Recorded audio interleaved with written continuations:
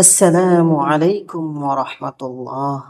প্রিয় বন্ধুগণ, আমরা যখন অনেক জায়গায় খেদমত করি তখন মানুষ আমাদেরকে বলে, হুজুর আমার ছেলে তো কথা শুনে না, আমার অবাধ্য, আমি কি করব? আজকে এই টপিকটা নিয়ে আলোচনা করব। যদি আপনার সন্তান আপনার অবাধ্য হয়, যদি এই আমলটি করুন, ইনশাআল্লাহ সে বাধ্য হয়ে যাবে। যদি আপনার সন্তান নেশাগ্রস্ত করে, ভালো পথে চলে না, এই আমলটি আপনি করতে পারবেন।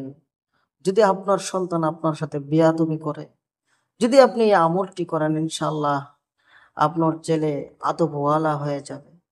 যদি আপনার ছেলে লেখাপড়া করতে চায় না, যদি আপনি এই আমলটি করেন, ইনশাআল্লাহ আপনার ছেলে লেখাপড়ায় ব্যস্ত হয়ে যাবে।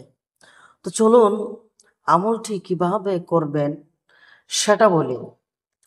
আমলটি করার নিয়ম হলো, আপনি দৃঢ় বিশ্বাসের সহিত আল্লাহ তাআলার উপর পূর্ণ আস্থা রেখে সর্বপ্রথম 11 বার দুরূদ শরীফ পড়বেন।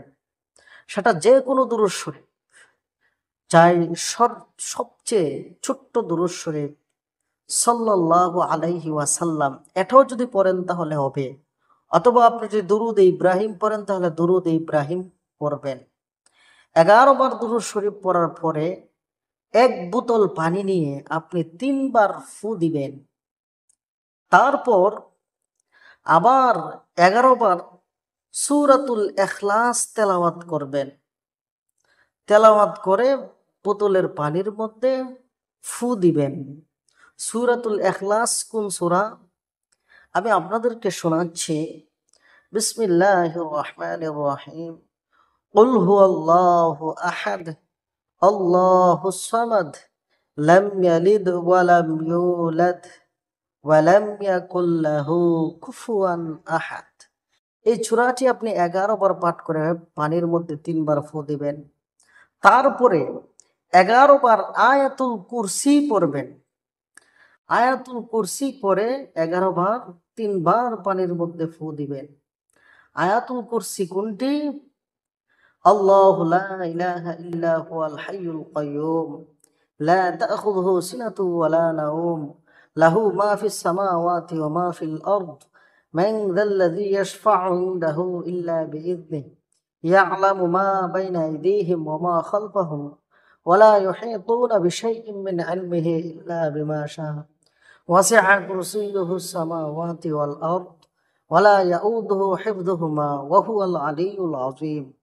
এতটুক পর্যন্ত আয়াতুল কুরসি 11 বার তেলাওয়াত করে আপনি বোতলের মধ্যে ফু দিবেন। তারপর আবার সর্বশেষে আবার 11 বার দুরূদ শরীফ পড়বেন। আপনি যদি পারেন ছোট্ট দুরূদ সাল্লাল্লাহু আলাইহি ওয়াসাল্লাম, অথবা আপনি দুরূদ ইব্রাহিম পড়বেন।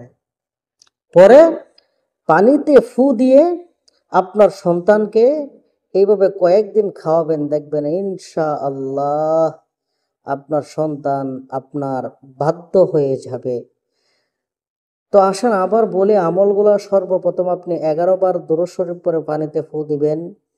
তারপর 11 বার সূরাতুল ইখলাস পরে ফু দিবেন 3 বার। তারপর আয়াতুল কুরসি 11 বার পরে 3 বার ফু দিবেন পানিতে। তারপর আবার দুরূদ শরীফ 11 বার পরে পানিতে ফু দিবেন। তো প্রিয় বন্ধুগণ, এই ছিল আজকের ভিডিও। ভিডিওটি ভালো লাগলে ভিডিওর মধ্যে একটি লাইক করবেন এবং একটি কমেন্ট করবেন, এবং এরকম ইসলামিক ভিডিও পেতে চ্যানেলটিকে সাবস্ক্রাইব করার অনুরোধ থাকলো আপনাদের নিকট। আল্লাহ হাফেজ।